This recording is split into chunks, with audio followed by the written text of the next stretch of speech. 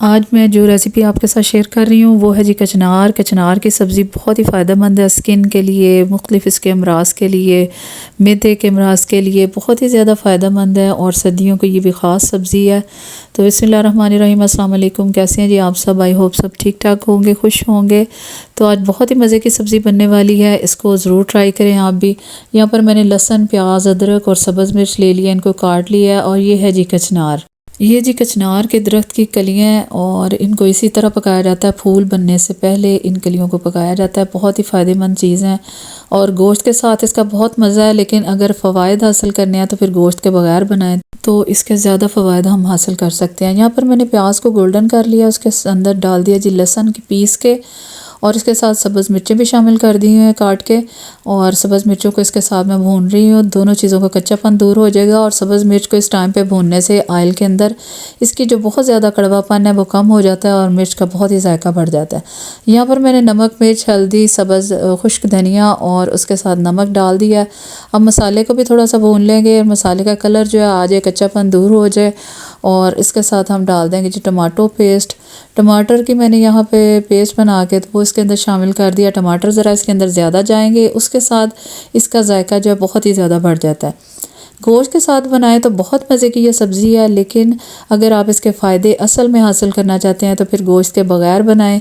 और ये जिनके जिल्द के कुछ अमराज हैं और बालों के लिए बहुत अच्छा है, मैदे के बहुत से अमराज में ये बहुत ही ज़्यादा फ़ायदेमंद है। यहाँ पर मैंने मसाला थोड़ा सा भून के टमाटर के पेस्ट जो है वो खुश्क हो गया। सब्ज़ मिर्चें जो है साबुत मैंने 3-4 डाल दी हैं और इसके साथ मैंने डाल दिया जी कचनार। अब इसको अच्छी तरह से मिक्स करके कवर करेंगे और इसको पकने के लिए छोड़ देंगे। हल्की आंच पे इसको पकाएं और थोड़ी देर बाद चेक कर लें और ये अपना पानी भी छोड़ देगा। और इसको इसी तरह गलने दें, पानी इसके अंदर बिल्कुल नहीं डालना। इसके साथ इसका जायका बहुत ही लाजवाब बनेगा। और यहाँ पर मैंने इसका पानी जो है वो देखा तो खुश्क हो चुका है और इसके अंदर मैंने दही शामिल कर दी है और दही के साथ इसको मिक्स करके दोबारा से हम कवर करके तो पकने के लिए छोड़ देंगे। आपने इसको इसी तरह से पकाना है, यानी इसके अंदर पानी बिल्कुल नहीं डालना। ये अपना पानी भी छोड़ देता है और टमाटरों का पेस्ट भी है, उसके साथ दही भी हमने डाला है। और ये देखें बहुत ही ज़बरदस्त इसकी लाजवाब सी लुक आ गई है। मैंने थोड़ा सा देसी घी इसके अंदर डाल दिया है और गरम मसाला, मेथी और सब्ज़ धनिया इसके अंदर डालेंगे। लाजवाब सी ये रेसिपी बनती है और इसके फ़ायदे हासिल करने के लिए आप इसको इसी तरह से पकाएं और इसको खाएं। मैं तो इसको बना लेती हूँ सर्दियों में, जब ये आता है तो हर रोज़ थोड़ा सा यूज़ करती हूँ। और किसी दिन मैं गोश्त के साथ भी इसकी रेसिपी आपके साथ शेयर करूँगी। आप लोग भी ज़रूर बनाएं, इसके फ़ायदे और इसके जायके को एंजॉय करें।